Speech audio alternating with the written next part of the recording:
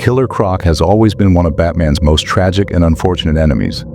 A man shaped by suffering, rejected by the world from the moment he was born. Killer Croc captures that perfectly, showing how Waylon Jones isn't a monster by choice, but someone forced into darkness by a lifetime of cruelty. The story begins in Arkham Asylum. The Joker sits in his cell, telling a twisted version of Beauty and the Beast to an unseen listener. Yoo-hoo! Hello, over there! Are you awake? Wanted to be the first Arkham Asylum inmate to say good morning. I know what you're thinking. Joker, where oh where did these copious bloodstains come from? They're not my fault, but I can tell you how they got there. And more. Though you might not like what you hear. Waylon Jones, a.k.a. Killer Croc. Ring any bells? I thought it might. What a monster! But like all misunderstood cannibalistic reptile men, he possesses a gentle soul. He speaks about a misunderstood soul, someone gentle beneath the surface. When the shadows clear, we discover he's talking to Killer Croc. And therein lies the moral. That's why I've decided to name this fairy tale of love, family, and wild Joker embellishment, Beauty and the Beast. All of the great titles are taken. Sue me. And if you recognize the tale, feel free to fill in the blanks yourself. Hello, Waylon. My name is Dr. Cross. I've spent some time reading your file. It appears Dr. Chen, your last doctor, noticed an unfortunate regression in your human characteristics. Croc sits restrained in a therapy room while a doctor interrogates him about the worst parts of his life. His years in juvenile detention, his painful skin condition, the alcoholic and abusive aunt he was abandoned to. Every question pushes Waylon closer to anger, but when he asks about his mother, Croc snaps and lunges at him. Dr. Cross, sorry to interrupt. A quick question on patient 422's dosage. Of course. The doctor steps out, telling him mockingly that he can be as monstrous as he wants, because he'll never escape. His chains and guilt will trap him forever.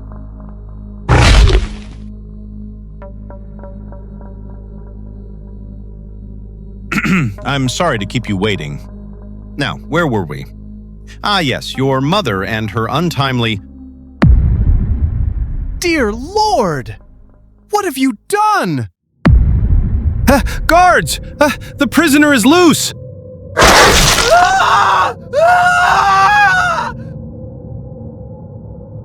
Later, Gordon arrived at the crime scene.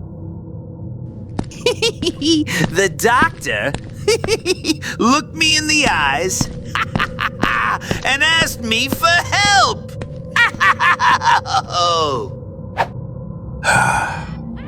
This is what rehabilitation gets us.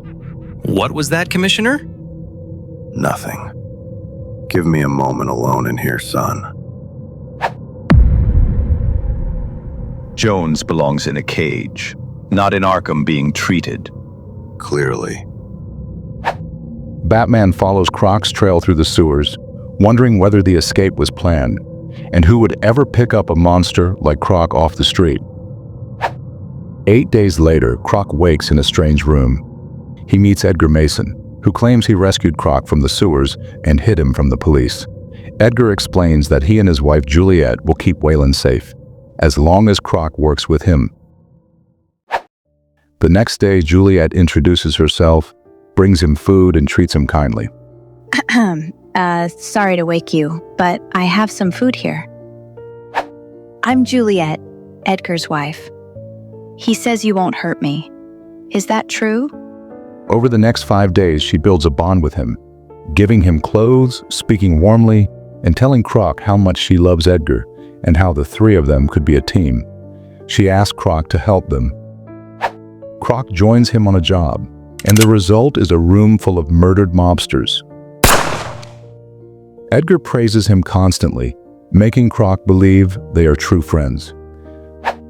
5 days later, Edgar shows Juliet their new house. She's thrilled until she sees Croc standing there. Edgar insists Croc is family now. Juliet smiles and invites Waylon to celebrate. A few days later, Edgar meets with mobsters in the city while Croc stands guard. Edgar declares himself the new leader of their crime family and demands the boss's percentages. Edgar tells Croc they are plotting against him and orders him to kill them before it's too late. Croc obeys without question. When he returns, Juliet is alone. Seeing Croc covered in blood, she mentions Edgar is gone again, probably having more secret meetings. She tells Croc to clean up and get ready for dinner, adding that they don't need Edgar for anything.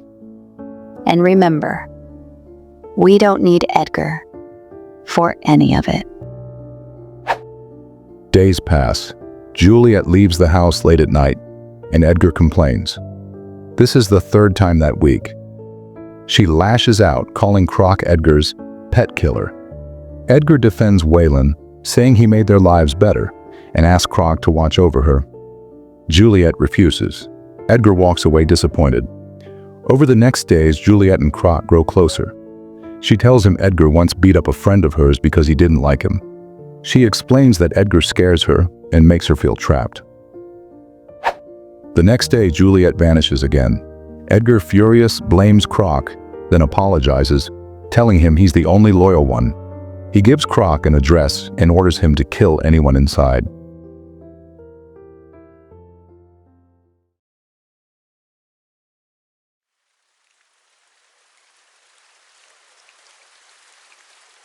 He's here. You ready to do this? We should leave. This wasn't the plan. No, Edgar knows. We have to do it. All right then, shoot him, and don't stop shooting him. Wait, he's leaving. What should we do now, Juliet? We stick to the original plan. I go home. But first, you have to hit me. The next day, Juliet sits hiding her bruised face. She asks Croc where he was and then manipulates him, claiming Edgar hurt her and wants to kill them both. When Croc sees her injury, he becomes enraged. As he storms out, Juliet gives a sinister smile. Waylon, I'm sorry. I understand why you're mad at me. But Juliet betrayed us both by...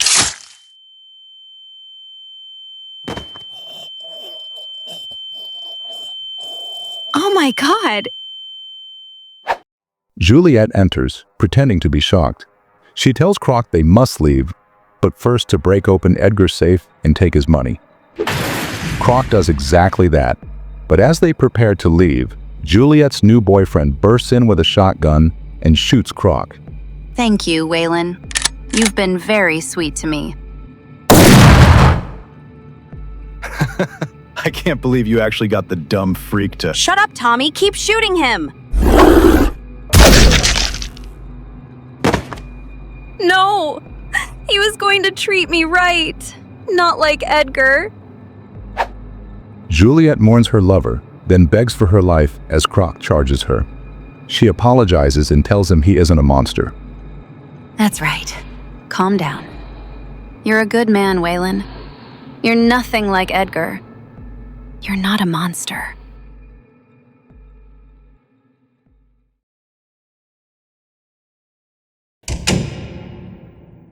I'm in, Gordon.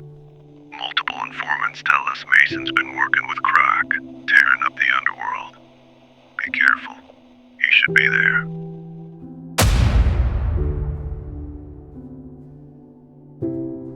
They're the monsters, not me. Put me back.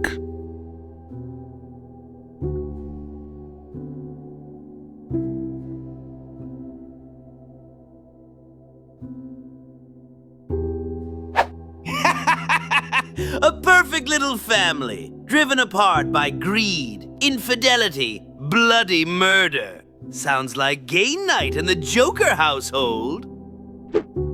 You thought there was a happily ever after waiting for you, didn't you? Not a peep. Not even a giggle. What kind of sadists would give me a neighbor with no sense of humor? I mean, if you can't laugh at yourself, Waylon, who can you laugh at? Oh, well, it's good to have you back. I guess it's true what they say in the biz. Always know your audience.